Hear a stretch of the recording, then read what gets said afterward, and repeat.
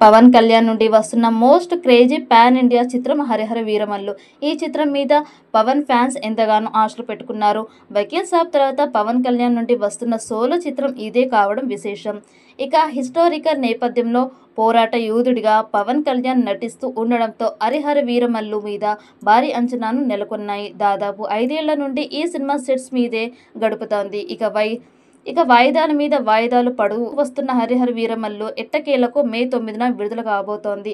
ఈ చిత్రానికి post production పనులు కూడా వేగంగా జరుగుతున్నాయి. ఇప్పటికే ఈ చిత్రం నుండి విడుదల అయిన 2 పాటలు మంచి రెస్పాన్స్ తెచ్చుకున్నాయి. దాంతో వరుసగా ప్రమోషన్స్ చేయాలని మేకర్స్ ప్లాన్ చేస్తున్నారు.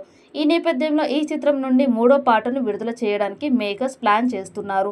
వచ్చే వారం ఈ చిత్రం నుండి 3వ సాంగ్ విడుదల చేస్తారని తెలుస్తోంది. ఇక ఈ పాట పవన్ కళ్యాణ్ అలాగే నిధి అగర్వాల్ మీద ఉంటుందని సమాచారం. దాంతో 3వ పాట మీద భారీ అంచనాలు నెలకొన్నాయి. ఇక ఈ సాంగ్ కి కీరవాణి అద్భుతమైన రీతిలో సంగీతాన్ని అందించినట్టుగా సమాచారం. మరి ఈ పాట విడుదల అయ్యాక యూట్యూబ్లో ఎలాంటి రికార్డ్స్ క్రియేట్ చేస్తుందో చూడాలి.